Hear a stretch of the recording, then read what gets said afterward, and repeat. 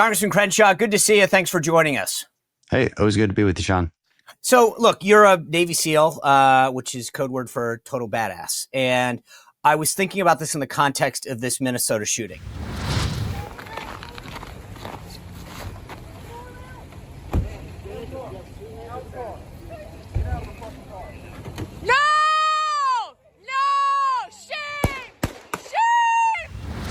Obviously, unbelievably tragic. I know both sides went to their corners, right? So our side's like, this woman's a domestic terrorism. The mayor of Minnesota, of Minneapolis, and the governor of Minnesota are saying like ICE must, this was cold blood murder. I just, here's my thing. Like, I think this woman put herself in a stupid situation. You want to protest on the side and hold a sign saying go home ICE or whatever. That's your right as an American. But to stand in front of a vehicle and hit the accelerator, the ICE guy, I feel like had a right to protect himself. But the question I have for you is a guy who has been on a ton of like missions. Is that the right approach? I mean, you have someone is not like, when people talk about terrorists and threats, what that's like. You have dealt with this your whole Navy career. I don't want to take anything away from the guy who I think clearly felt his life was in danger. But I just don't know that this is the model situation going forward. Yeah, like it's okay. So, to back up, if I understand the situation correctly, ICE agents were conducting an operation and then they were boxed in by a bunch of protesters. And so they can't reverse and I guess I don't have a visual of their situation, but they can't move their vehicle left, right, or backward. Right. They have to go forward, right? Is that and she blocks them with her car. Right. So given that issue and again, I'm sorry, I just don't know a whole lot about like the details of this particular situation. How many were there others there? Well, I mean, on the street, they were kind of harassing these folks, but this woman clearly tried to stop the ICE vehicle from going forward and went perpendicular with her vehicle to his vehicle. Oh, okay. So it's like almost like a T-bone kind of thing. 100%. Like blocking them in. So, I mean, you don't have a lot of choices in that situation. You just, at least from the SEAL perspective, right? So and this is going to be similar for law enforcement. Now, law enforcement's always under a lot more scrutiny because they're operating inside the United States. But they do have a set of procedures. You got to get the car out of the way. You could ram the car. That's one option, but that's a pretty aggressive maneuver by itself. So, of course, their next step is to let's get out and try to get her to just comply. They try multiple times to get her to comply. Eventually you're going to draw your weapons when they don't comply. And, a car is a pretty deadly weapon if you press on the accelerator and drive towards someone. You don't have a lot of choices if he feels like he can't get out of the way in time, to take that shot. So I don't see this going down as as any kind of criminal charge on the officer in question, but I'm not a lawyer either. Right. But it's like you said, I don't really see this as domestic terrorism either. This is she was conducting a criminal act. I mean, it's a crime to do all of the things she was doing, right? You're preventing a simple law enforcement action from taking place. You're impeding justice, whatever you want to call it, and then you're actually taking action that would threaten the life of an officer. So it's just a really crappy situation all around. Who knows what was in her head? This is the problem with these protests. Get into people's minds. It makes them think they can just do things that they really can't do. Like there is a limit to your ability to protest, and that limit is very clearly with at impeding law enforcement and also taking threatening action. I mean, you just cannot do that, and I think people get spun up, and it's really unfortunate because if it's a calmer political environment wouldn't have let that, wouldn't have made someone put themselves in that situation in the first place. Yeah, I think to your point, though, this is what's going on in America, where you think it's a smart move to put your car between yourself and an ICE agent. Like, I just don't, someone walks out conducting a law enforcement operation, whether it's a local police officer or a federal agent, and the idea that you think that it's a good idea to get involved or get in between them. To me, it But then actually you speaks. survive it. I mean, I would assume the worst of my fate if I were to do such a thing. Right, but It's I crazy. just don't know what's going on when the people, and in this case on the left, think that it's smart. Like, I just, when I see an operation going down, I go, get out of the way. Like, this isn't, I'm not trained. It's not I don't have the right. It's not but the idea that you think it's a smart move, to me, is, I think, what's going on and what's wrong right now, where people think it's one thing to protest. As I said, you want to stand on the side of the street and yell your piece. That's your right as an American. But to get in the middle of it is where I think we're going down a very bad path in the country. Yeah, and because they see it all the time, right? They people have been witnessing these kind of protests all the time, where protesters are throwing things at police, smacking police, and getting away with it over and over again, especially in a place like Minnesota, by the way. And so they have this kind of default setting that is deeply naive and wrong. You can't just do these things and expect everything to be okay with no consequences. Like, you're putting yourself in a very dangerous situation, and you have to understand the view of whatever law enforcement we're talking about. They don't know what you're going to do. You told me before we started airing that this guy had actually been hit already by a car. Yes, that agent has literally just got out of the hospital. So I mean, and these kind of things happen to law enforcement all the time. And they never, they're coming up for a traffic stop, whatever it is. They don't know and they can't just pull their gun on a traffic stop, but they don't know if that person in the front seat is just waiting with a gun just right there. It's a really hard job that they have, and I don't think enough people appreciate that, obviously. And just don't comply. Compliance is usually a good call. But do you think, like, and I don't mean to make this, I'm not trying to draw some massive comparison, but I think back, because you said something really interesting where you were like, when they don't know about the consequences. And this, frankly, isn't that far from the whole George Floyd thing, where it all went down. And I'm thinking to myself, maybe they do think that if I watched all of the rioting and the vandalism post George Floyd and thought, I saw all these guys do it, they got away with it, they smashed stuff, they got in people's faces, there were no consequences there. So, I mean, to some degree, it's like, if you stop and think about it for a second, does it maybe make sense that these people go, well, wait a second, I watched all these people do it and they got away with it. Why shouldn't I?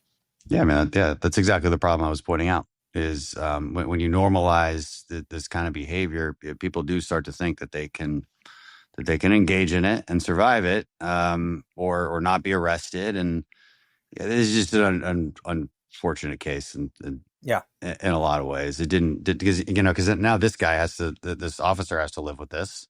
I don't think he wanted to shoot her. No. Not at all. And Well, of course, I don't know what her family situation. I don't know anything about her, but it wasn't. She didn't intend on death by a cop that day either. I would think. But the actions she took were certainly like, I don't know other choice you would think would happen if you charge a police officer. right. I mean, I know what my actions would be. I'd be like, all right, you know what? Hands up. Like, that's it. Right. I'm just kidding. Like, that would just out of survival instincts. But yeah, it's unfortunate. All right, guys. Right now, Beam is giving my listeners the ultimate Patriot discount, 40% off. If you've been wondering how I sleep so well at night, Beam's Dream Powder is the answer. Go to shopbeam.com. Use code SPICER at checkout. Shopbeam.com/SPICER. All natural ingredients, reishi, melatonin, L-theanine, magnesium. You're going to love it. Amazing flavor. Shopbeam.com/SPICER. Use code SPICER. All right, let's move on to Venezuela. A lot of your colleagues on the other side of the aisle are saying what President Trump did was an act of war. There are boots. I mean, all of these hyperbolic language about what happened. You are a guy who has been to war. You have fought in a war, heroically, valiantly, by the way, on multiple occasions.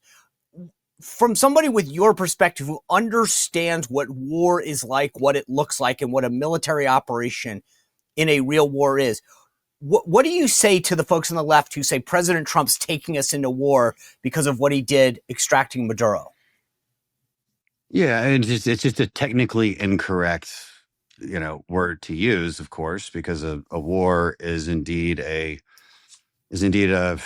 prolonged conflict against another nation state. if we're going to define war and define what, Congress's ability to declare war. That's what we're talking about.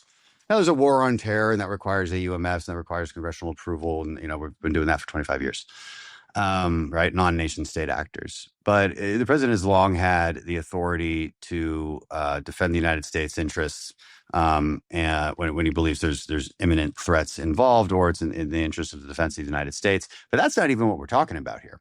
That was actually the justification for, say, President Obama bombing Libya. And the reason, and it's funny that I don't know that any Democrats were really up in arms about that. And the reason being was because it was short duration.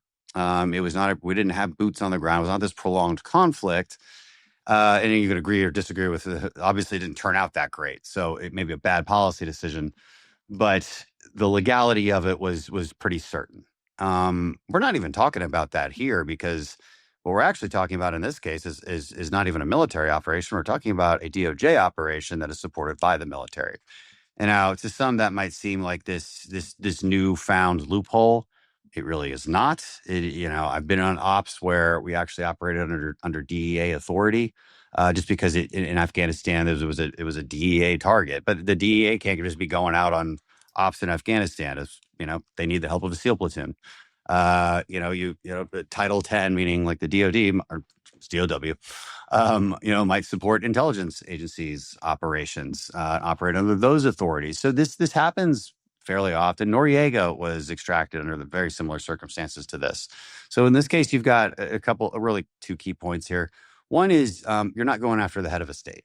Because if you were, perhaps you could argue, you make a little bit better argument for what they're saying, because it's a nation state. But Maduro is not a recognized head of state, really, by anybody. Certainly not Democrats, Republicans, the world, except for maybe Cuba, Iran, China, Russia, North Korea. And that's a funny list, isn't it? And of course, we also know Venezuela was inviting all of those folks in. Weapons were coming into Venezuela at a rapid pace. The shadow fleet operating, keeping the Venezuelan economy alive, keeping the Russian economy alive. So all of these are an increasing threat to the United States, because this country that is, of course, near us, right in our hemisphere, is inviting all of our enemies in. It is basically run by the Cubans, one of our long-term enemies, and frankly, one of the better intelligence and security services. That's why they're in charge of Maduro's security. And you take all these things together, and the fact that Maduro is under an indictment since 2020 for narco trafficking, narco terrorism, a number of other things. You take all that into account. Let's take into account the fact there's a bounty on his head. So this is very much a legal judicial action supported by the military. And to some people, that just seems like splitting hairs, but it's not. That is the legality of it. That's why congressional notification was perhaps not required in this case. It was also not practically possible, just because of the nature of these kinds of operations, being trigger based. They have to wait for just the right kind of weather. They have to wait for the right kind of intel. It's not a situation where it's easy to notify Congress in a responsible way. Of course, we were notified right away afterwards.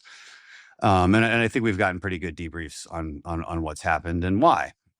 So no, it's not taking us to another war, and I don't see any boots on the ground right now. I see us. I see this mission moving forward is very much in Marco Rubio's hands, because it's a State Department mission. And as of now, they seem to be they being the Venezuelan interim government seem to be cooperating with us to what we need in the way we need. And Marco Rubio has laid out a very good and realistic path moving forward. We don't like working with these communists. I mean, you name some of these people; these are really bad people. The vice president, who is now president, she hates the United States. She blames the United States for the death of her father, who was in Venezuelan jail in the 1970s. You've got another, I can't remember exact position, but another of their kind of cabinet members who's his name is actually Vladimir. Okay, he doesn't come from Russia. What that tells you, he was named that way after Vladimir Lenin, because that's how communist they are. So we don't like working with them, but the first goal is stabilization and pressure them, use our leverage over them. That's why we keep enforcing the oil embargo so heavily. You need to do that. That's why the Trump administration in a Coast Guard cutter chased the Mirror, that cargo ship, which supposedly became a Russian ship all of a sudden, right? They changed their flag and while they were underway. And they chased them all the way out into near Iceland to get them because we are intent on enforcing that embargo and showing them that we mean business and that our leverage will not go anywhere.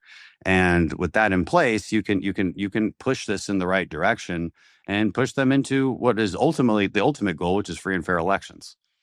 Can I ask a question that's been asked of me a few times, and you're a much better person to answer this?